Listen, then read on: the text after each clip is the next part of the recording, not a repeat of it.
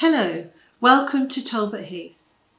I'm Liz Pugh and I'm head of the junior school here, that's kindergarten to year 6. I'm so pleased that you're interested in sending your daughter here.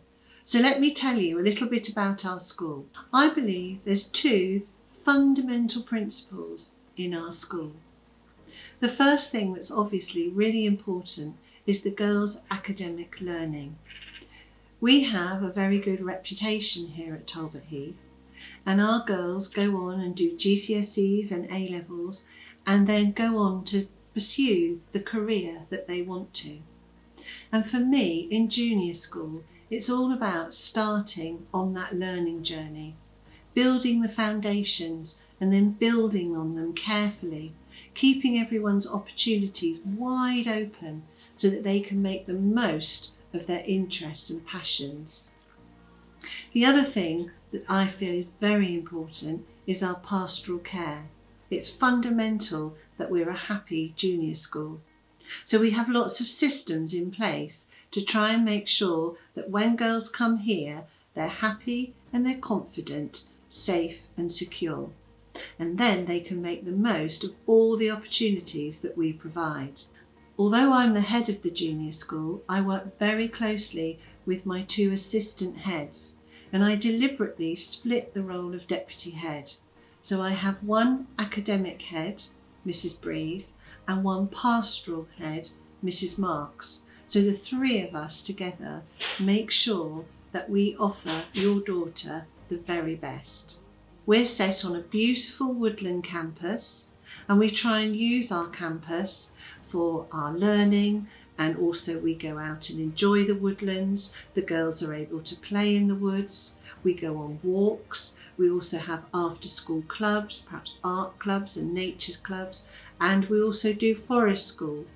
So being here, it's really important. Part of our school is our beautiful campus. The other thing that happens is when you join junior school, you're put into a house. So you're either a robin, a woodpecker, a badger or a squirrel. So we've named our houses after our beautiful woodland animals that we often see here. In houses, the girls work together as teams, and we sometimes vertically group the girls so that they all work together as a community. We might set them a challenge, and then the older girls are encouraged to help younger girls, and the younger girls look up to our older girls as good role models. The other opportunities we have here, which is part of being an all-through school, is even though we're a junior school, we're able to use the facilities at our senior school. So girls go over for music with a music specialist in our purpose-built music school. They go over to senior school for science, for French, for IT, and of course, very importantly, they go over and use our new STEAM hub for design lessons, art lessons, and textile lessons. We also have our swimming pool, so it's part of our curriculum that everybody from reception has swimming lessons and they learn to swim as part of their school day. We work hard here and we play hard. So we make sure that our lessons during the day are very balanced and take in a whole range of subjects. So we obviously concentrate very much on our core subjects, but then also we have dance lessons, drama lessons, art, music, all sorts of things. For me, it's all about fulfilling your daughter's potential, knowing her as an individual and making sure we get the very best from her. Now that's just a very small snapshot of what goes on in our school. You may know our motto is honour before honours, and we pride ourselves that we live by that. We were founded in 1886 by Mary Broad, who said she wanted a first-class education for girls founded on Christian principles. And that still is true today, and each member of staff makes sure that at the forefront of their mind, that is what their ethos is. I hope that when you've looked round and you've met some of our pupils, you will want to get in touch with Mrs. Guest, my PA, and she will make an appointment for you to come in. I would love to meet you and show you the wonderful opportunities we can give you here at Talbot Heath Junior School. Always remember, you want the very best for your daughter, and so do I. I look forward to seeing you soon.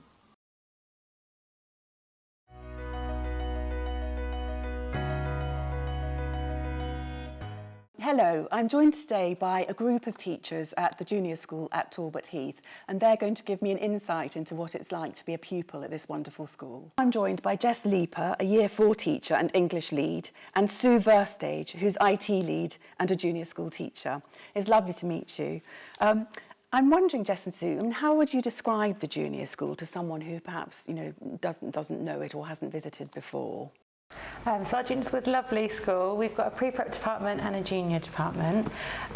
From Year 4 onwards, the girls are taught by specialist teachers in English, maths, science, IT, music, PE, the list goes on, which is fantastic. The girls get to come over to the senior school as well for some of their lessons. It's a very vibrant, happy, buzzing school, which is just fantastic.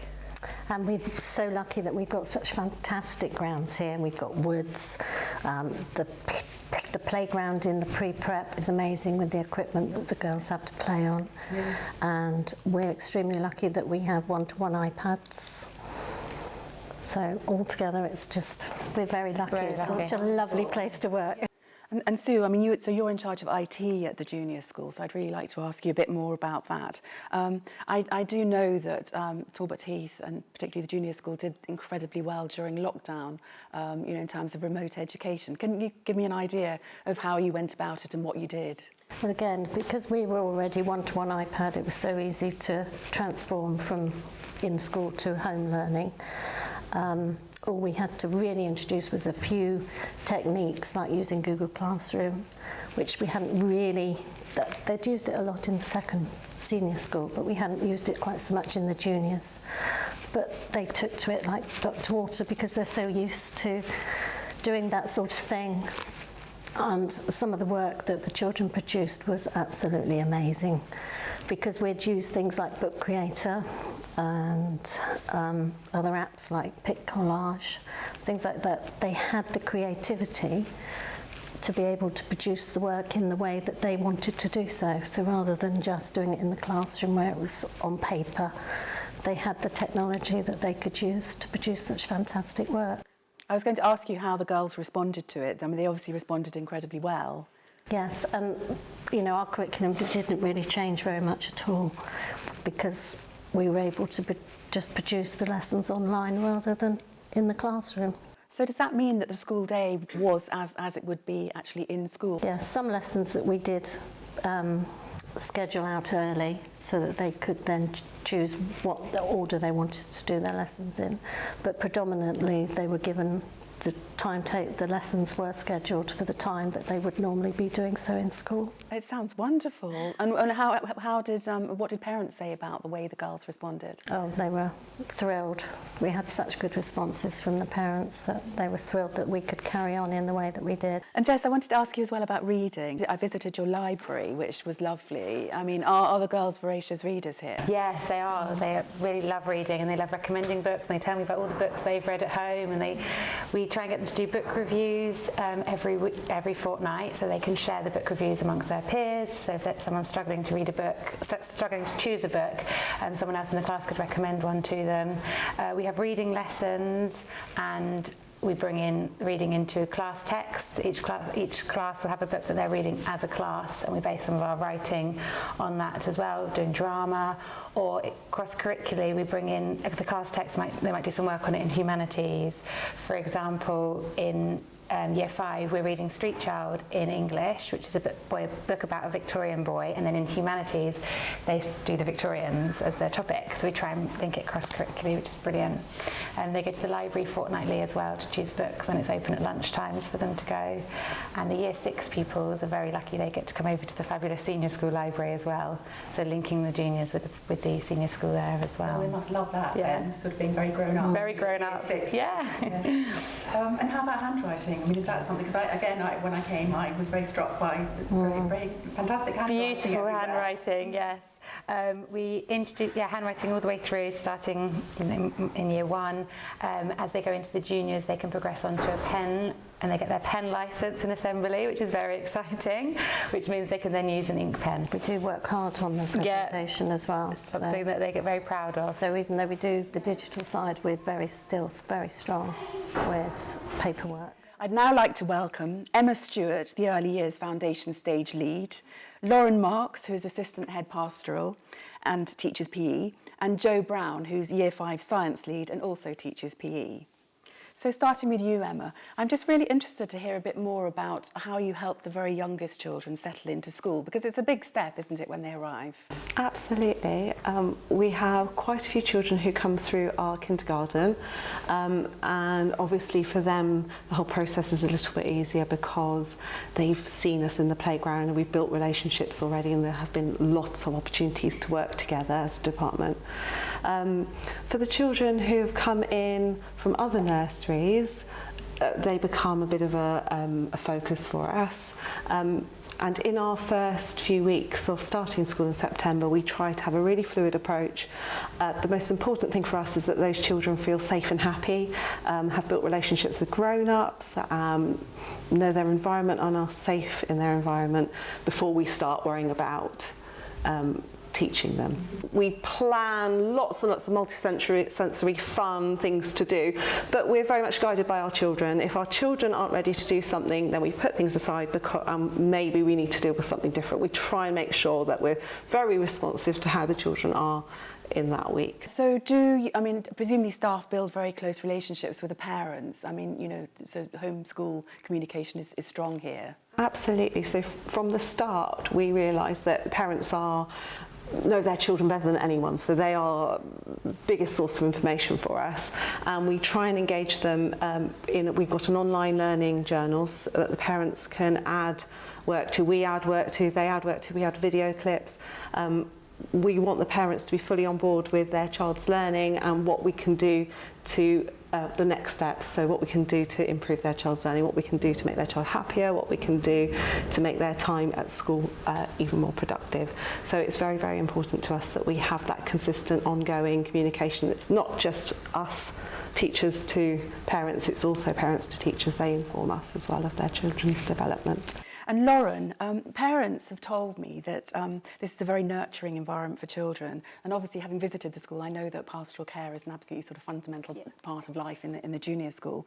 So I just wondered if you can tell me a bit about how you deliver this, and how you get that sort of message of encouraging the girls to look out for each other. Sure. Okay. There's lots of things that we do in terms of it's a whole broad range of ways we do this, and I think first and foremost, again, linking to every other area really, is that the children feel safe, they feel happy.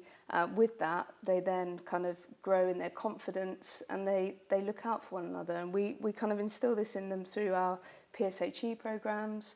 So we talk a lot, we talk a lot about kindness, respecting one another, looking out for each other, the fact that everybody is different, and that's a big thing that we discuss, and everybody reacts to different situations in their way. Each class has their own tutor or class teacher, so that's first and foremost their first point of contact. Mm-hmm. So they see them every day, so the girls can then talk to them if they've got any concerns or any worries, and sometimes if they have concerns about each other, so they might go to the teacher and say, well, my friend isn't quite herself today, she's feeling a little bit sad, what can we do to help? And we try and actively encourage them to look out for each other.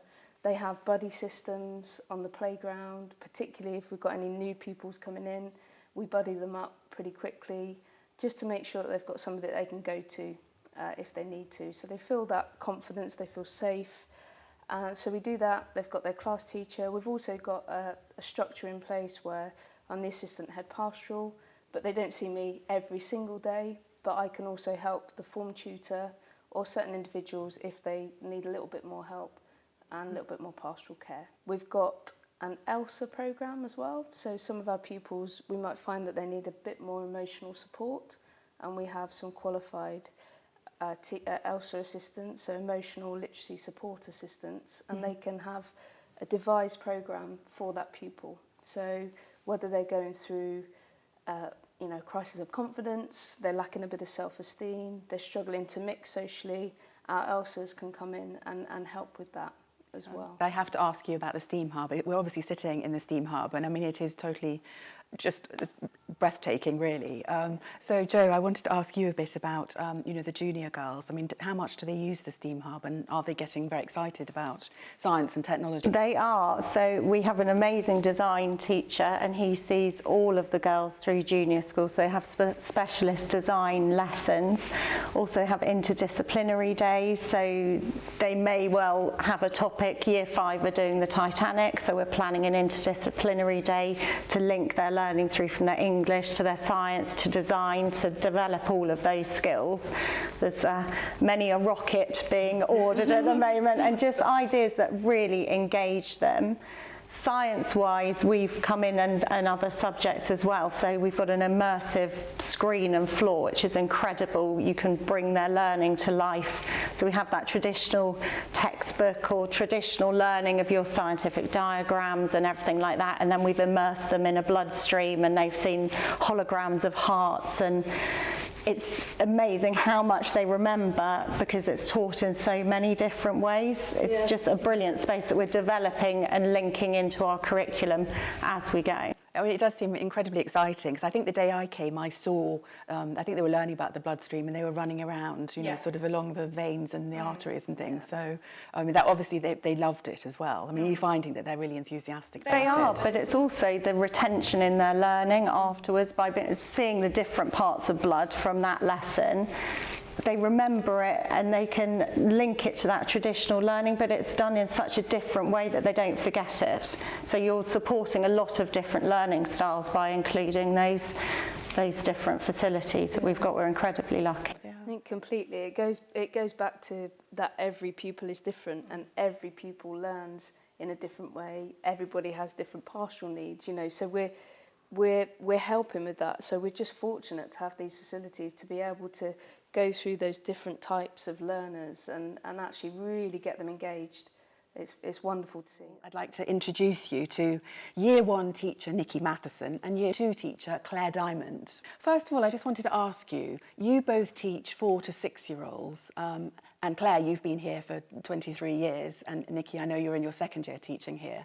Can you give me an idea of how you balance the academic sort of demands of the junior school with allowing, or giving children the chance to have fun and be creative and do music and drama and art? How do you get that balance? I'd say that we're really fortunate with our timetable. So our timetable has a really good spread of all of the core subjects like English and maths, but equally we value the foundation subjects, if you like, such as music and art and drama and all of those things. And we try to combine them as well quite a lot. For example, when we teach Florence Nightingale, we'll be doing lots of drama and role play, which will then feed into our writing in English. So they complement each other, really. Oh, that sounds wonderful. So might they dress up as Florence Nightingale? Absolutely.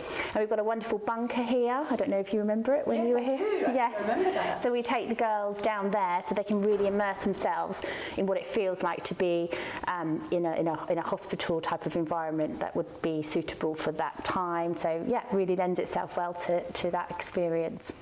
And we do a lot of fun things with the interactive whiteboard as well, so that is a big asset to our teaching as well. The children like doing dance routines, so if we're doing maths, learning the times table, we actually use different dance routines for them, which we show on the interactive whiteboard, and that really helps them with their learning as well. With STEAM actually being in this building, Mr. Morris, he's got the most incredible ideas, bank of ideas. So we might say to him, we're doing a project on this, a topic on this. Is there anything you can do to help? So we were doing a project on superheroes, and then we came over here for the day and we made superhero puppets, and then we did some green screen and animation, and so we've got the benefit of all of that as well, which makes it really come alive. That sounds great. So as you say, so it's really active learning. And do you find that works really well here? Yes, definitely. Yeah. So it keeps it interesting and fun and engaging.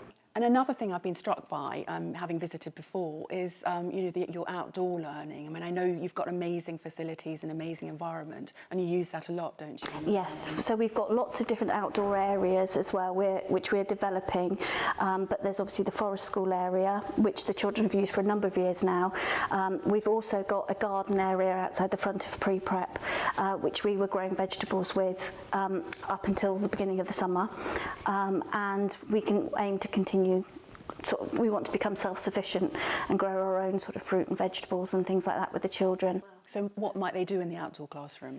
In the outdoor classroom, there's all sorts of different activities. So if you want to do, say, a maths activity, you can arrange it so that there's different resources that you can use it from the outdoor classroom to help you with like learning maths and stuff. And some people might not know what forest school is, and I know you have forest school for all year groups, don't you, in the junior school? From kindergarten up through to year 6. Yes, and so what sort of things might they do with that, and how often does it happen? Forest school is basically child-led, so there might be a couple of activities, but basically the children go out there and they can do what they want, so it's their choice. So there'll be maybe saws, whittling, fire, so they can do fire lighting and stuff like that. So there's a range of activities, or they can just go off and play. And when we first started doing forest school, it was very much kind of like you wanted to tell the children to do this and that, but now it's kind of like you just stand back, you help the children. They're really sensible, they really listen. They know the limits. Yes, and we have a lovely lady that helps us help the children, so supports us and how to help, because you tend to want to kind of help them more with the drill than you need to, and she's like, oh, actually they know how to do it, you just have to hold it, so it's just becoming helping them to become confident in themselves out there with all the tools and equipment as well. The teachers and resilience. I mean, I've been out there with reception once as a 4-year-old who was trying to do the fire lighting. She spent about an hour trying to do it, and at the end she managed it, but for a 4-year-old to keep on task, she was just totally in the zone that she had to do it, and she did. And so what would the benefits be then, that she could sort of stuck with it? And she stuck with it, teaching her resilience, keep going, don't give up, and she was rewarded in the end by setting light to a piece of cotton wool. As simple as that. It sounds very exciting, it really does. Yes. I mean, I was going to come on to ask you really what you think the best things about being a pupil at Talbot Heath at this, between the ages of 3 and 11 are. I mean, presumably it's chances like that. I would say our environment, the environment that we can offer the children. Girls, you naturally would think, that would be what boys would want to do, but our girls love it. There's no fear. They've got no fear because they're doing it all the time, aren't they? And we try and teach them that through our lessons as well. It's not to give up, just, try and do your best. Yeah, I definitely think resilience really runs through, doesn't it? Yeah. Yeah. And I know you take a lot of care in sort of the transition stage, from one year to the next. I mean, how do you do that? We have transition meetings towards the end of our year with the children. So currently Nikki's class came to my class. So we had transition meetings where we went through about each child. But even today we've had conversations going, has this helped, or have you done something with this child? Touching base, and I think as well from going from early years to year 1, we're really mindful that it's a very different curriculum. So it's, they have more opportunities to do play-based learning. So we make sure that when they transition into year 1, that we do that really smoothly. So there's still that little bit of opportunity to do that, when they first start into year 1. So it's not a really big shock to them. I mean, what's coming across to me as well is that how well you know the children. I mean, is that a really crucial part of it too? Yeah. You get to know the children really well. And it's the benefit of having smaller class sizes as well, and working so closely together as a team. Yeah.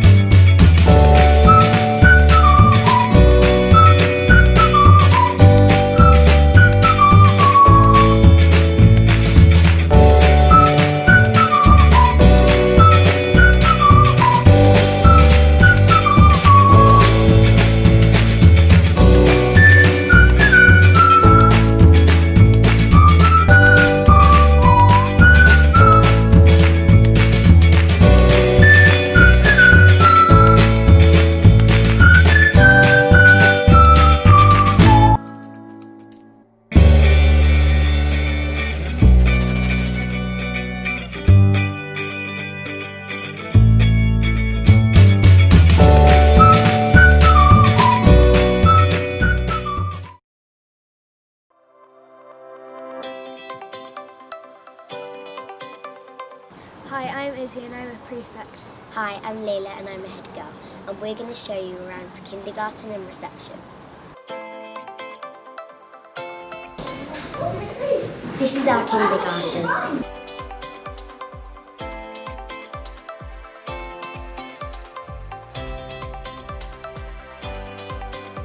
This is one of our reception classes.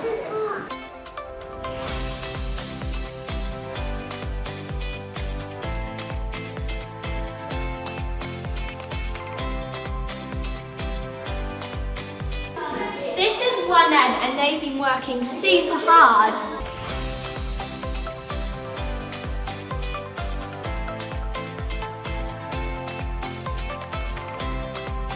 This is 1R and they're reading a book before they go home.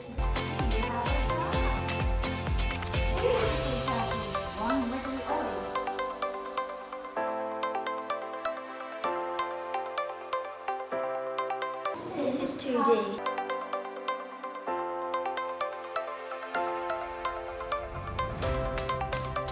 Here is 2W.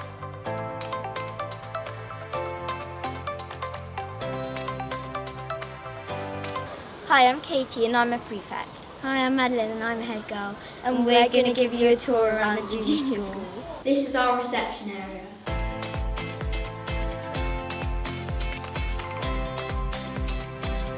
So this is our dining area where some of our juniors eat.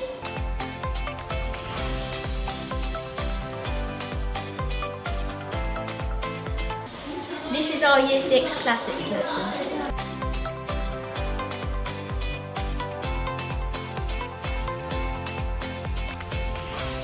This is one of our Year 5 French lessons. Bonjour! Bonjour! Salut! Salut! Comment t'appelles-tu? Comment t'appelles-tu? Je m'appelle. Je m'appelle. Et toi? Et toi? This is one of our Year 5 Humanities lessons.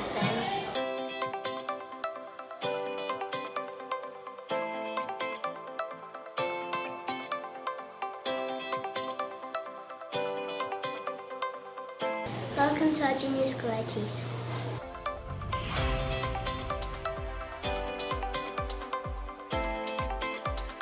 This is one of our Year 3 classrooms.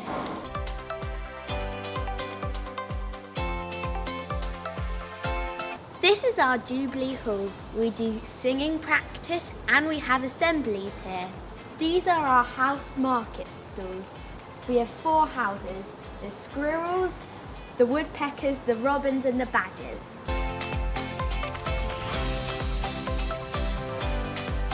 This is our pre-prep playground that the pre-prep use at break time.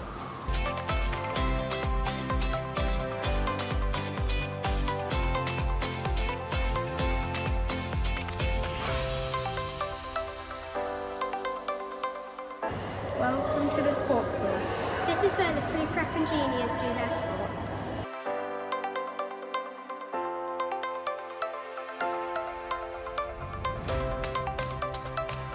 I'm Bertie. And I'm Layla. And we're going to be showing you around the swimming pool. These are one of the changing rooms in the pool. They are used for people who do clubs here and for school swimming lessons. There are also showers and toilets for after swimming. Now let's go to poolside. Pool Swimming Club has joined up with Talbot Heath and now do lots of their training here. I train 6 times a week in here and it makes life a lot easier. This is awesome. The pool is 25 metres long and 2 metres deep. Loads of people love to come to this pool and I think it's amazing.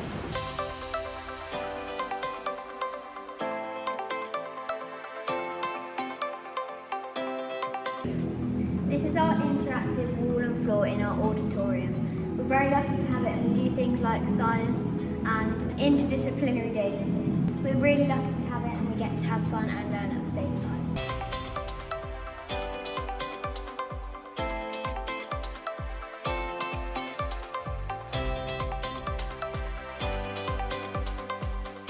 Here's the art room. We have 2 rooms for art, Art 1 and Art 2, and 1 for textiles. They are all connected by glass doors. Our art teachers are Miss Webb and Mrs. Coates. And our textiles teacher is Mrs. Tober. And from year 4 you do artwork in the hub. In year 4 we do Aboriginal art. In year 5 we do clay modelling of seashells. And in year 6 we do British landscapes. In textiles we do sewing, and for year 6 we make little monster teddies.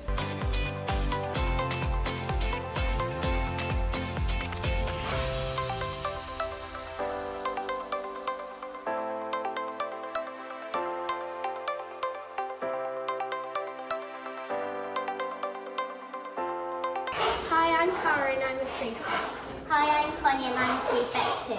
And this is our design book. Let us show you around.